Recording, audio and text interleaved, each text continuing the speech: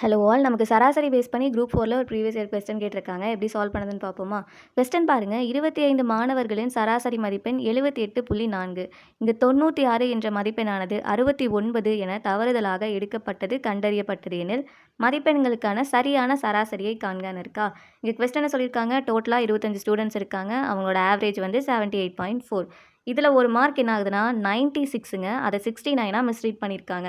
அப்போ கரெக்டான மீன் என்னது? இந்த 78.4 நமக்கு என்ன ஆகும்? இதுதான் கொஸ்டினாக கேட்டிருக்காங்க. இப்போது கரெக்டான மீன் தான் நமக்கு கேட்டிருக்காங்க, சரியான சராசரி.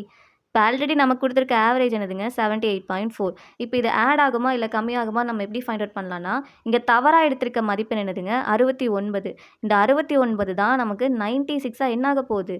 இன்க்ரீஸ் தான் ஆக போகுது. இங்கே பெரிய நம்பர் இது 96. ஸோ இன்க்ரீஸ் தான் ஆக போகுது. அதனால நம்ம இங்கே ப்ளஸ் சிம்பிள் யூஸ் பண்ணலாமா? இப்போ எவ்வளோ இன்க்ரீஸ் ஆக போகுது? 96லேருந்து 69 மைனஸ் பண்ணுங்கள். இங்கே 16 இருக்கும், 7, தென் இங்கே 8 இருக்கும், 27 27 மார்க் வந்து நமக்கு ஆட் ஆக போகுது. அப்போது 27 டிவைடட் பை டோட்டல் ஸ்டூடெண்ட்ஸ் எவ்வளோ இருக்காங்க? 25 மாணவர்களா? 25. இப்போ டிவைட் பண்ணலாமா? டிவைட் பண்ணால் இங்கே 27, இங்கே 25. 25ஆல் டிவைட் பண்ணும். இங்கே 1 டைம் இருக்குமா? தென் இங்கே பேலன்ஸ் 2 இருக்குங்க. இங்கே பாயிண்ட் வச்சா இங்கே ஒரு 0 ஆட் பண்ணலாம். இப்போ நம்மளால் டிவைட் பண்ண முடியாது. இங்கே ஒரு 0 ஆட் பண்ணால் இங்கே ஒரு 0 ஆட் ஆகுமா? ஸோ 25 × 8 என்னது? 200. அப்போது 1.08 வந்திருக்கா? இந்த 27 டிவைட் பை 25ஓட வேல்யூ என்னது? 1.08.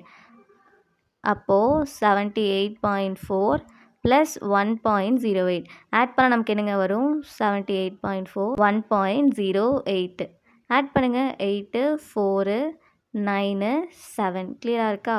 ஸோ ஆட் பண்ணால் 79.48 ஆப்ஷனில் இருக்கா பாருங்கள். ஆப்ஷன் பி கிளியராக இருக்கா? இப்போ நமக்கு கரெக்டான ஆவரேஜ் 78.4லேருந்து 79.48 இன்க்ரீஸ் ஆகிருக்கு.